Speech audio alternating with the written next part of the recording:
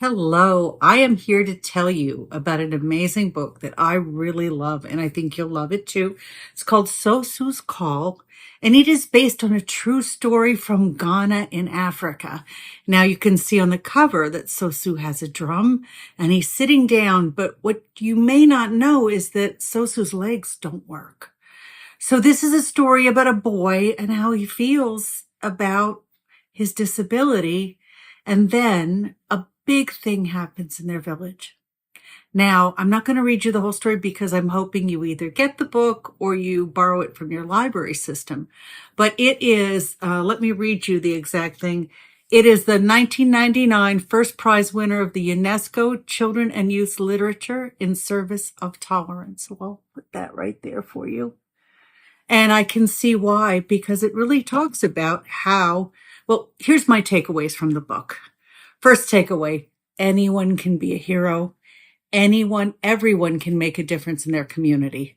That is a great takeaway. No matter our size, whether we're small or tall, no matter what our skin color, no matter whether we can see or hear, we make a difference. This book tells that beautifully. The second takeaway, do not judge a book by its cover and do not judge a person by their ability or disability. Get to know us inside. And that's what counts. Get to know each other inside.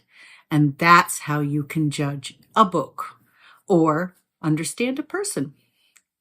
Third takeaway, friends, classrooms, communities. One of our jobs that sometimes people forget is that we are helpers and that sometimes we are going to need help too.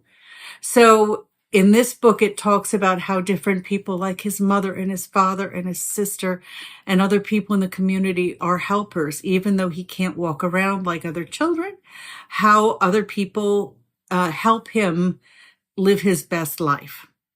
And that is our job too. I mean, think about it. Say someone new comes to a school. They don't know where to go. What can you do? You can help them. Say you come to a new school and you don't know where to go.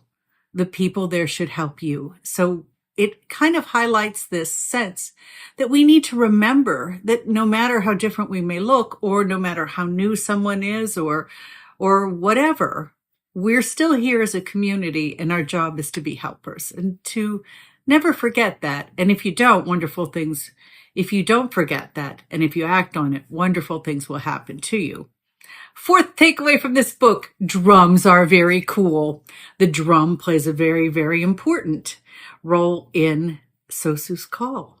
So hold on and we'll get into some actual pages. So in the first pages of the book, you kind of get introduced to Sosu and his family, and especially his adorable dog that's kind of his companion and helper, and his family. And you get to learn, even though Sosu can't walk, how he is an important part of his family. Now we move forward, and there's some things that are a little difficult to hear. I mean, I certainly found them difficult, is that sometimes people said very ignorant things to him. And in this story, they're mainly superstitious things. Someone once saw him and called him a ghost or a spirit because he couldn't walk. And that was a very ignorant thing. And later, there are people who believe maybe he was unlucky. The good thing about this is that throughout the whole story, we find out that all those ignorant opinions meant nothing, and how Sosu becomes the hero that actually saves his village.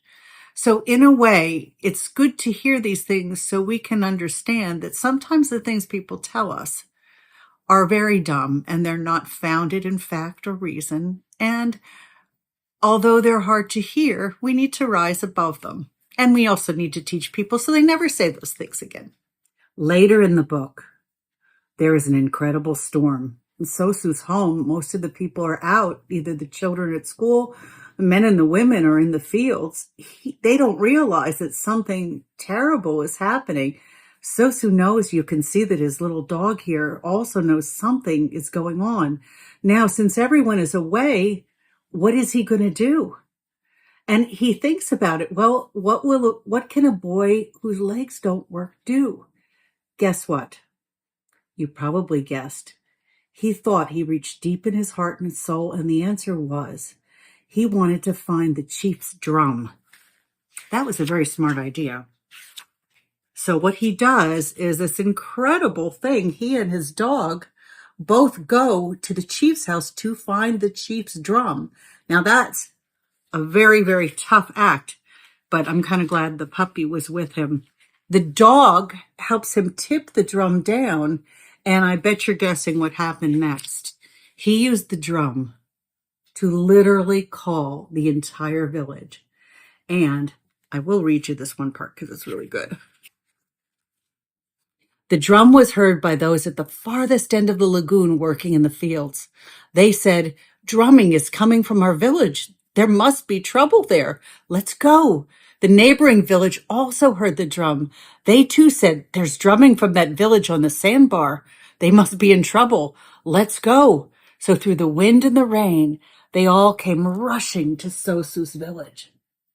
And there you see them running because the drum called them there. And what a shock awaited them. Waves as high as roofs were pounding at the village.